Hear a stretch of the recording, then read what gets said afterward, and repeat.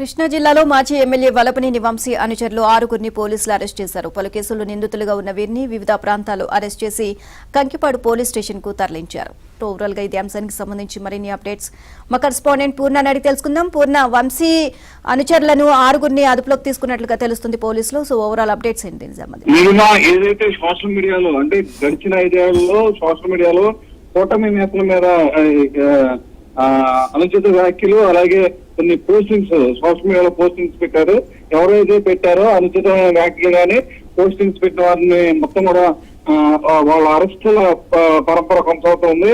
అలాగే ఈ రోజు చూస్తే కనుక ప్రధానంగా మాజీ ఎమ్మెల్యే గన్నవరం మాజీ ఎమ్మెల్యే వంశీ సంబంధించిన 7గురిని ముఖ్యమంత్రిని మొత్తం పోలీసులు అయితే నిన్న రాత్రి నుంచి అరెస్ట్ కొనసాగుతుంది అని చెప్పుకోవచ్చు.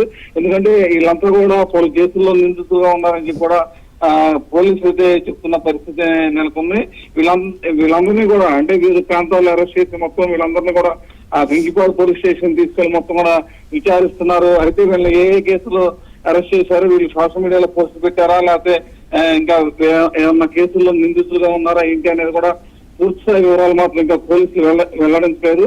అయితే ఈ రోజు మధ్యాహ్నం కానీ సాయంత్రం కానీ విలేకరుల సమావేశం పెట్టి మొత్తం కూడా వీళ్ళకి సంబంధించిన డీటెయిల్స్ మొత్తం కూడా చెప్పే అవకాశం ఉంది అని చెప్పి కూడా భావిస్తున్నారు. ఎందుకంటే ప్రధానంగా చూస్తే వీళ్ళంతా కూడా మంచి ప్రధానమైన అనుచరులు. వీటి గతంలో చూస్తే కనుక వీరు పలు కేసుల్లో నిందితులుగా ఉన్నారని కూడా తెలుస్తుంది. ఇంకోటి ప్రధానంగా చూస్తే వీళ్ళు కొంతమంది సోషల్ మీడియాలో కొన్ని అనుచితమైన పోస్టులు కూడా పెట్టారని కూడా తెలిసింది. వీళ్ళందరినీ కూడా అంటే వీళ్ళ సమాచారం వీళ్ళ మీద కేసులు నమోదైన నేపథ్యంలో వీళ్ళందరినీ కూడా అరెస్ట్ చేసి పోలీసు అయితే కంకిపాడు పోలీస్ స్టేషన్ అయితే తరలించారు. అయితే వీళ్ళకి సంబంధించిన డేటా మొత్తం కూడా ఏ కేసులో వీళ్ళని అరెస్ట్ చేశారు, వీళ్ళని ఎందుకు అరెస్ట్ చేశారు అనేది మాత్రం ఇంకా తెలియాల్సి ఉంది. దీనికి సంబంధించిన వివరాలు మాత్రం పోలీసులు ఇంకా వెల్లడించలేదు.